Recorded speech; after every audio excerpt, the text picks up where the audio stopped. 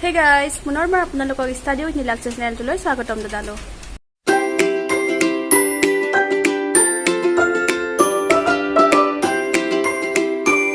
চাৰি নম্বৰ কুৱেশ্যনটো চোৱা। ইয়াৰ আগৰ কুৱেশ্যনকেইটা মই আগৰ ভিডিঅ'ত আলোচনা কৰিছিলোঁ। যদি কোনোবাই চোৱা নাই মই তলত লিংকটো দি দিম, গৈ চাবগৈ পাৰিবা। 4 নম্বৰটো চোৱা। 10 সেন্টিমিটাৰ ব্যাসাৰ্ধৰ এটা বৃত্তৰ এডাল জিয়াই কেন্দ্ৰত এটা সমকোণ কৰে। অনুৰূপ আমাক দুটা কুৱেশ্যন দিছে। 1 নম্বৰটো কৈছে গৌণ বৃত্তখণ্ড আৰু 2 নম্বৰটো কৈছে মুখ্য বৃত্তকলাৰ কালি নিৰ্ণয় কৰা।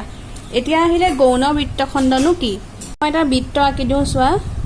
এইটো এটা বৃত্ত ধৰি লৈছোঁ, ইমান ভাল হোৱা নাই আঁকাটো। এই বৃত্তটোত প্ৰথম আহিলে জিয়া মানেনো কি। জিয়া মানে হৈছে বৃত্তৰ দুই বাহু চোৱা ৰেখাডালক জিয়া বুলি কোৱা হয়। ই কেন্দ্ৰৰ মাজেৰেও যাব পাৰে আৰু কেন্দ্ৰৰ মাজেৰে নগৈ পেলাই এনেদৰেও যাব পাৰে। চবত থাকি দীঘল জিয়াডাল কি ব্যাস, যিডাল কেন্দ্ৰৰ মাজেৰে গৈ দুই মূৰ চুৱে সেইডাল হৈছে চবত থাকি দীঘল জিয়া। নেক্সট আমি ব্যাসাৰ্ধটো জানোৱে। বৃত্তকলা মানে কি শিকিছিলোঁ যে কেন্দ্ৰৰ পৰা দুডাল ব্যাসাৰ্ধয়ে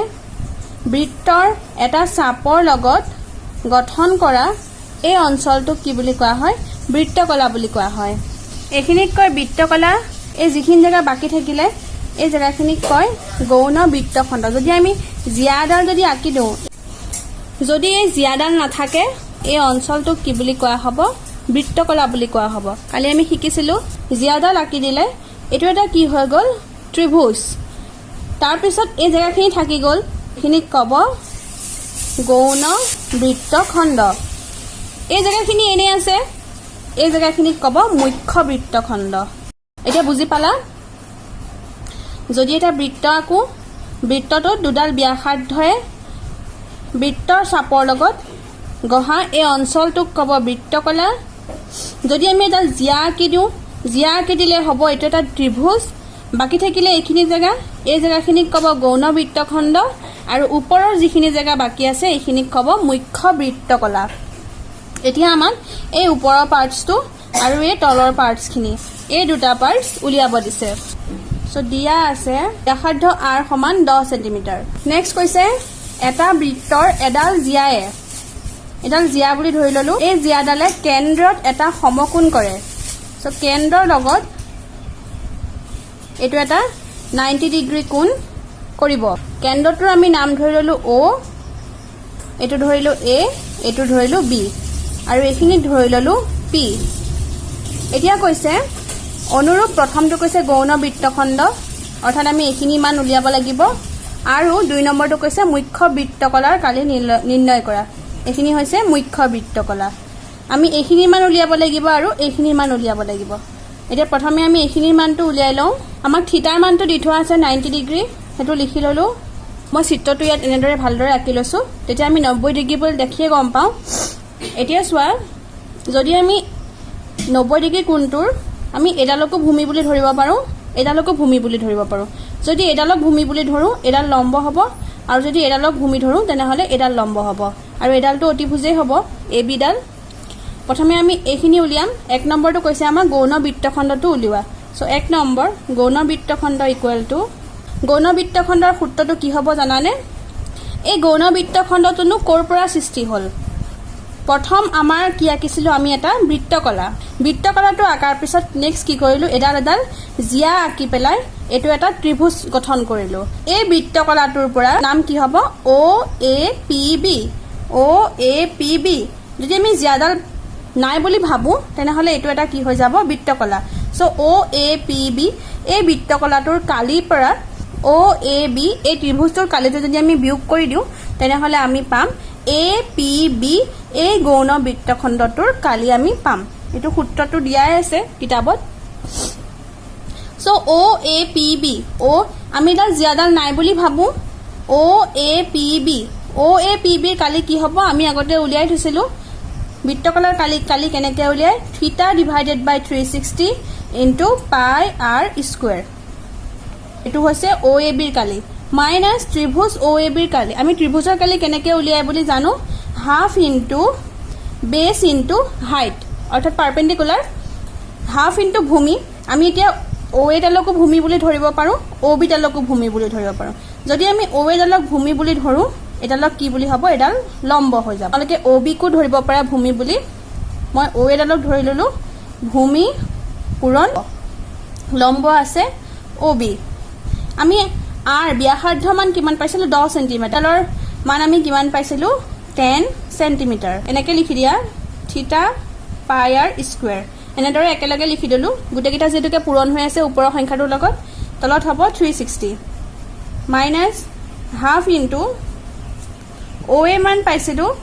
10 পূৰণ অ' বিৰ মান পাইছিলোঁ 10 মানবোৰ বহাই দিওঁ তলত হ'ব 360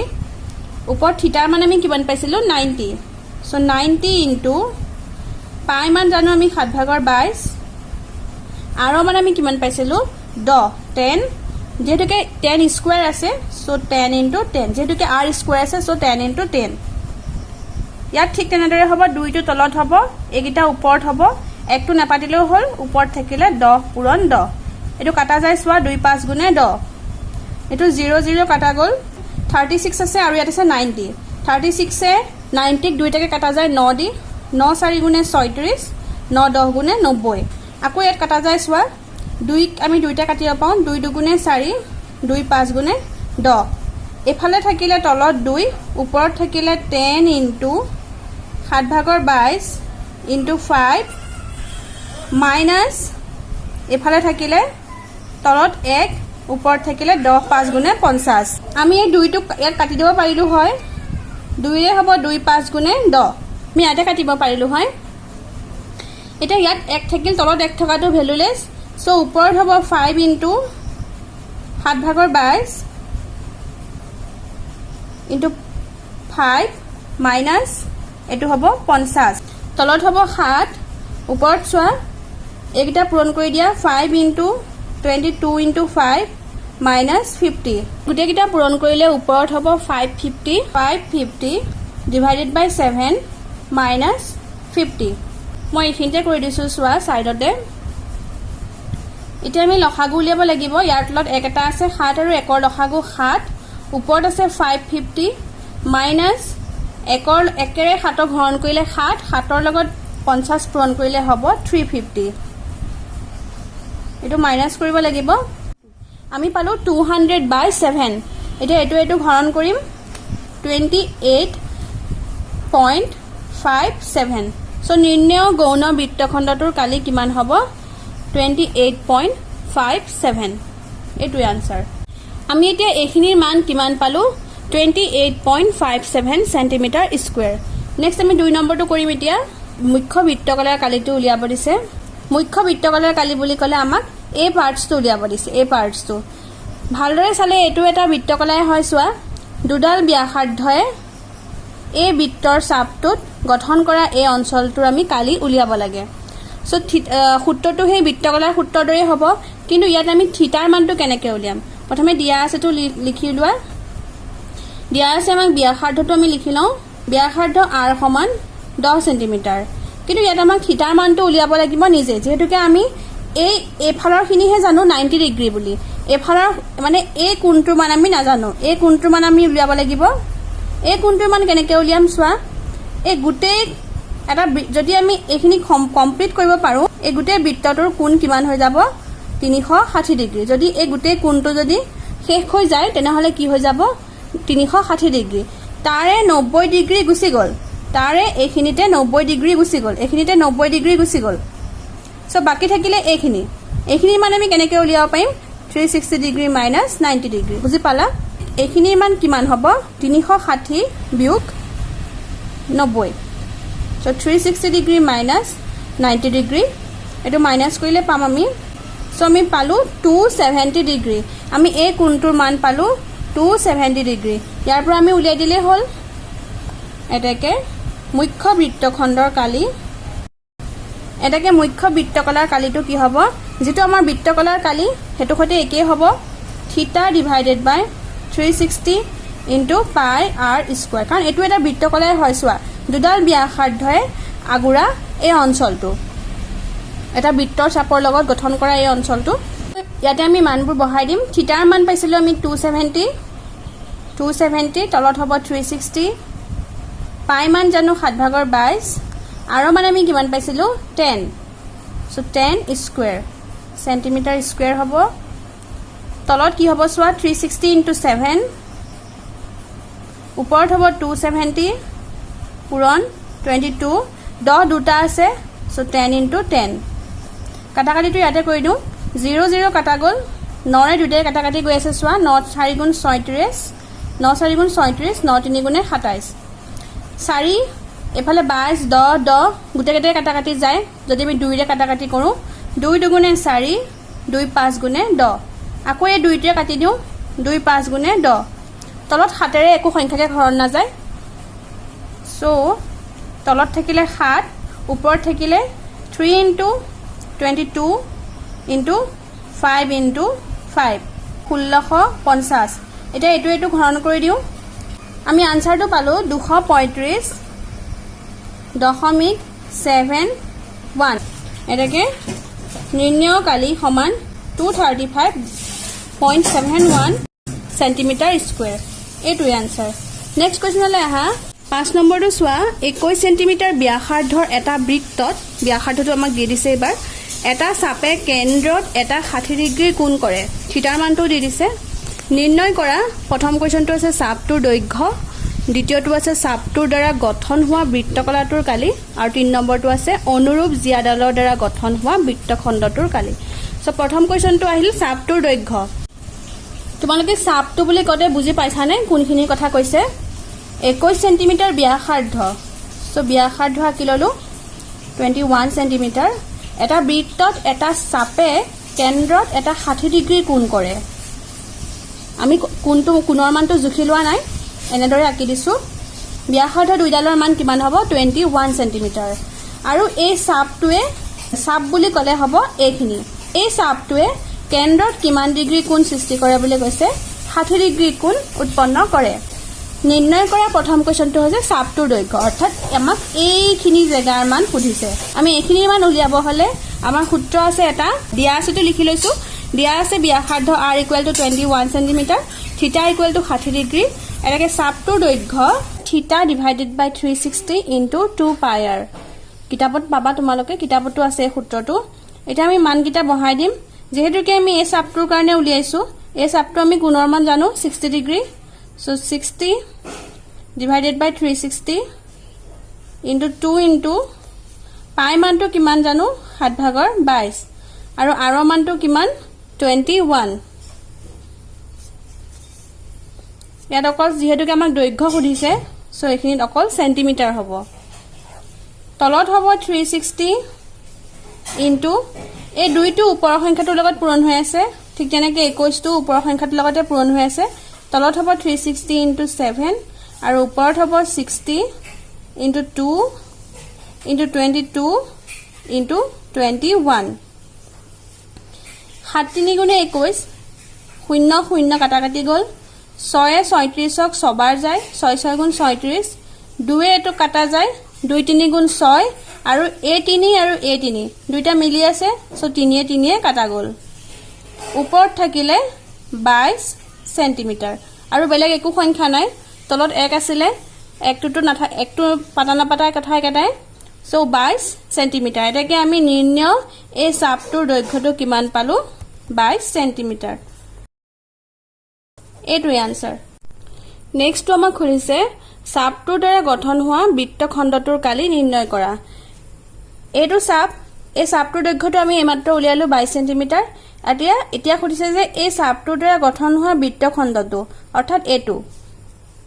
এই অঞ্চলটোৰ এই জায়গাখিনিৰ কালিটো আমাক উলিয়াব দিছে এটো কালি উলিওৱা মই আগৰ ভিডিওটোত বুজাই দিছিলো ইয়া আছে ব্যাসাৰ্ধ আমি ওপৰত যেটোকে লিখি লৈছিলো ইয়াত নিলিখিলেও হয় ডাইৰেক্ট আনসাৰ কিটা উলিয়ালেই হ'ব মই তথাপিও লিখি লৈছো সোৱা ব্যাসাৰ্ধ = 21 সেন্টিমিটাৰ যেটোকে আমি এইখিনি মান উলিয়াম সো ইয়াত থিটাৰ মান আছে 60 ডিগ্ৰী উলিয়াম এই বৃত্তখণ্ডটোৰ কালি এটাকে বৃত্তকলাৰ কালি আমি আগৰ ভিডিওত মই বুজাই দিছিলো কিমান হয় থিটা / 360 * পাই r স্কয়াৰ থিটাৰ মান জানো 60 ডিগ্ৰী তলত 360 পূৰণ পাই মান জানো 7/22 আৰু r মান আমি এবাৰ পাইছো 21 হোল স্কয়াৰ কালি যেহেতুকে উলিয়াইছো সো সেন্টিমিটাৰ স্কয়াৰ বা বৰ্গ সেন্টিমিটাৰ তলত হ'ব 360 পূৰণ 7 ওপৰত হ'ব 60 ডিগ্ৰী ইনটু 22 ইনটু 21 যেহেতুকে দুটা আছে সো 21 ইনটু 21 আকৌ আগৰটোৰে কাটাকাটি কৰিম 0 0 কাটা গল 6 37ক যাব 6 বাৰ 7 ৰে 21ক যায় 7 3 গুণ 21 3 ৰে এটুক দুবাৰ যায় 3 দুগুণে 6 আৰু 2 এ এটুক কাটাকাটি যায় 2 11 গুণ 22 এখিনলৈকে বুজি পালা এতিয়া তলত একো সংখ্যাই নাই এক এটা আছে একটো নাপাতিলেও হ'ব ওপৰত আছে সোৱা 11 আৰু 21 সো 11 ইনটু 21 সেন্টিমিটাৰ স্কয়াৰ এই দুটা পূৰণ কৰি আমি মান পালো 231 সেন্টিমিটাৰ স্কয়াৰ এনেকুৱা সংখ্যা থাকিলে তোমালোকে ইয়াটো পূৰণ কৰিব পাৰা সোৱা 11 লগত যেটোকে 21 পূৰণ কৰিব দিছে প্ৰথমে এটো সংখ্যা ললা 11 এগুণ 11 এই একটো ইয়াত বহিলে আৰু এটো এক বাহিৰত থাকিলে লেফট সাইডৰ একটো বাহিৰত থাকিলে অৰ্থাৎ উকলি থাকিলে নেক্সট 11 দুগুণে 22 22 একে 23 এইটো আমাৰ আনসাৰ এটাকে নিৰ্ণয় কালি 231 সেন্টিমিটাৰ স্কয়াৰ 3 নম্বৰটো কৈছে অনুৰূপ জিয়াডালৰ দ্বাৰা গঠন হোৱা অনুৰূপ বুলি কৈছে গতিকে আমি এই ব্যাসাৰ্ধ দুডালত এডাল জিয়া আঁকিলো সো অনুৰূপ জিয়াডালৰ দ্বাৰা গঠন হোৱা বৃত্তখণ্ডটোৰ কালি এতিয়া চোৱা আমি আগত এনেকুৱা অংক কৰিছো আগৰ অংকত এই জিয়াডাল দি দিউতে এই বৃত্তকলাটোত প্ৰথমে জিয়াডাল নাথাকুতে এটো এটা কি আছিল বৃত্তকলা আছিল তাৰ পিছত যেতিয়া আমি জিয়াডাল দি দিলো জিয়াডাল দিউতে এই পাৰ্টটো কি হৈ গল এটা ত্ৰিভুজ হৈ গল আৰু এখিনি কি হৈ গল গৌণ বৃত্তখণ্ড সো আমাক এবাৰ এই জায়গাখিনিৰে কালিটো উলিয়াব দিছে এটো আমি আগত শিকিছিলো আগৰ অংকত গৌণ বৃত্তখণ্ডৰ কালি কেনেকৈ উলিয়াই ও এ এহিনতে আমি পি বুলি নামকৰণ কৰি দিও ও এ পি বি এই গুটে বৃত্তখণ্ডটোৰ পৰা মাইনাস ট্ৰায়াঙ্গল ও এ বি এই ত্ৰিভুজটোৰ কালিটো যদি আমি মাইনাস কৰি দিও তেতিয়া আমি এই অঞ্চলটোৰ এ পি বি এই বৃত্তখণ্ডটোৰ কালিটো আমি পাম দিয়া আছে তো আমি জানোৱে আগত লিখি থৈছো তথাপিও মই লিখি দিছো বাৰু দিয়া আছে ব্যাসাৰ্ধ 21 সেন্টিমিটাৰ একিডলৰ মান আছিল 21 সো 21 সেন্টিমিটাৰ নেক্সট আমি থিটাৰ মান জানো 60 ডিগ্ৰী এতিয়া আমি বৃত্তখণ্ডটোৰ কালিটো আমাক লাগিব বৃত্তখণ্ডটোৰ কালি বুলি কলে কোনখিনি বুজিম আমি এ পি বি এইখিনি যিখিনি মই বেকাকে আছ দিছো এইখিনি কালিটো আমাক লাগিব এ পি বি এটোৰ মান আমি কেনেকৈ উলিয়াম ও এ পি বি এই গুটে বৃত্তখণ্ডটোৰ পৰা ও এ পি বিৰ কালি বিয়োগ ত্ৰিভুজ ও এ বিৰ কালি ত্ৰিভুজ ও এ বিৰ কালি আমি এটোৰ কালিটো উলিয়াই লম ত্ৰিভুজ ও এ বিৰ কালি এই লাইনটো পিছত লিখিলেও হ'ব মই এটো খালি জাস্ট বুজাবৰ কাৰণে লিখি দিছো গতিকে এটো এটাকে বক্স বনাই থৈ দিয়া আমাক দিয়া আছে সোৱা O A equal to O B so given O A equal to O B যেহেতু ব্যাসাৰ্ধবোৰ সমান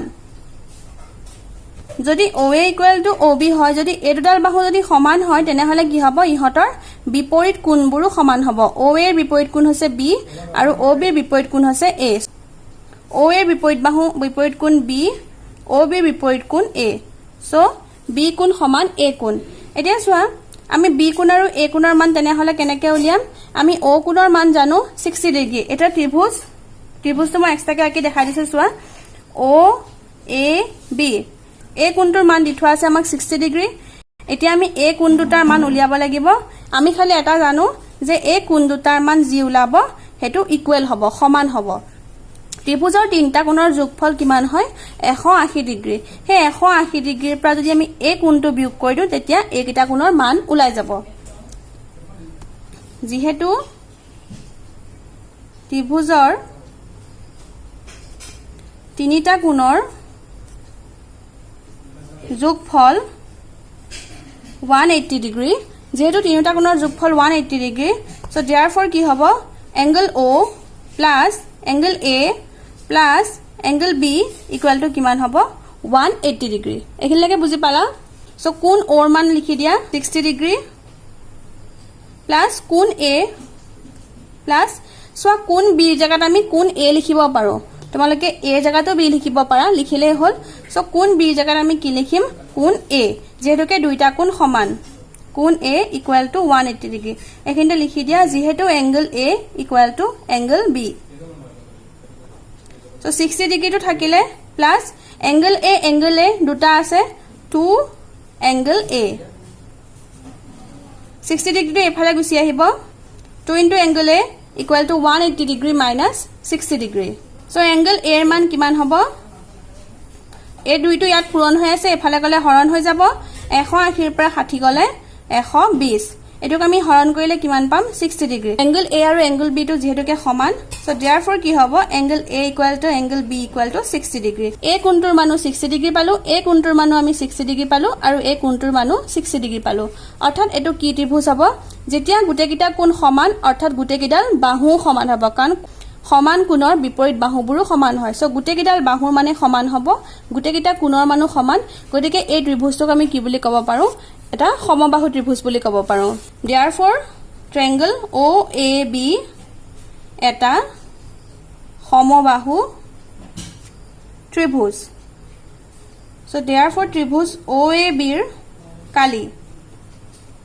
এতিয়া আমি ইয়াৰ কালিটো উলিয়াম ত্ৰিভুজ OAB ৰ কালি কি হ'ব সমবাহু ত্ৰিভুজৰ কালি কেনেকৈ উলিয়াই